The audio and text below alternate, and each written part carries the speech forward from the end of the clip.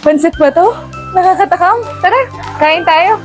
Yung pansit bato po ay pwede made from Bicol po talaga siya. Fresh po talaga siya. Tsaka yung aming pansit bato, nilalagyan po namin ng kumbaga toppings para may twist po siya. Kung ayaw po na ng toppings, meron din po kaming plain for very affordable price po talaga. Yung iba po naming toppings, meron kaming Shanghai, siomai, lechong kawali, lechong garong bulaklak, egg, at saka syempre naman para maiba, nilalagyan po namin ng dinuguan. Imitahan po namin kayo na pumunta at tikman po yung aming Lucky's Pansit Bato.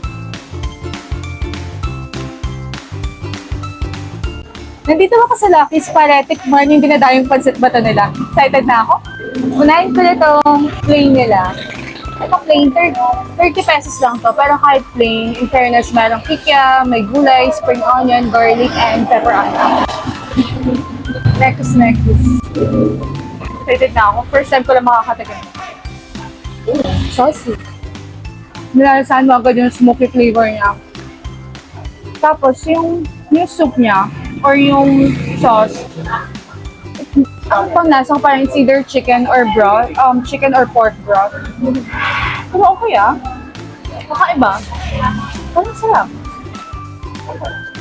Located nga pala to sa Villarica Road, Loma de Gato, Marilao, Bulacan. Ang pinaka-landmark niya ay 7-Eleven. Meron silang iba't ibang toppings. Ito yung lechon kawali, ang toppings nila. 50 pesos lang yan, pero ganito nakadami.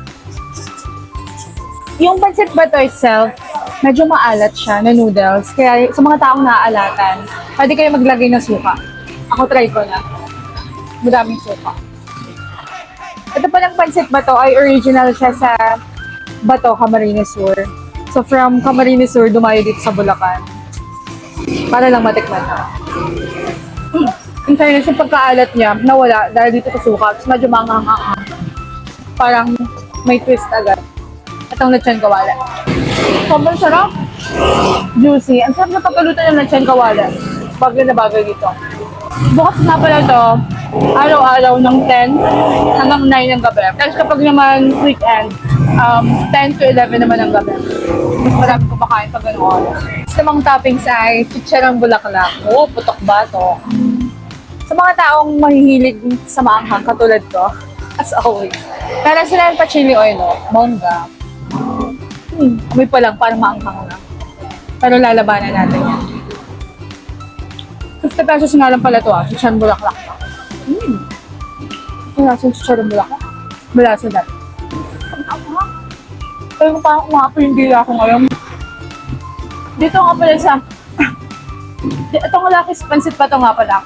Nakakaubos sila ng 30 kilos everyday ng pansit. Ganun talagang kabongga. Ito pala yung pinaka-curious akong tikman. Itong pansit bato with dinuguan. Ibang kakaiba talaga to sa pandinig at magiging panlasa ko. Yung dinuguan dito sa pansit, bagay siya. I mean, hindi siya nag-overpower. So, nandun pa rin yung lasa ng pansit. Nag-add lang siya ng additional taste. Kakaiba, pero masarap.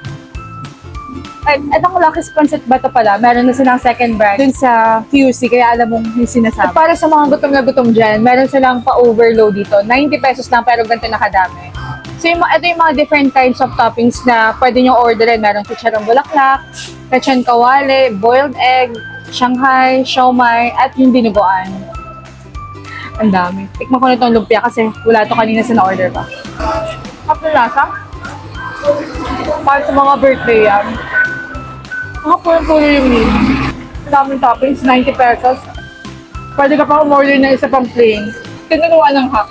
Masarap yung mga pansit nila at gusto ko yung idea na nilagyan nila ng different kinds of toppings. Parang pansit ba to with a twist.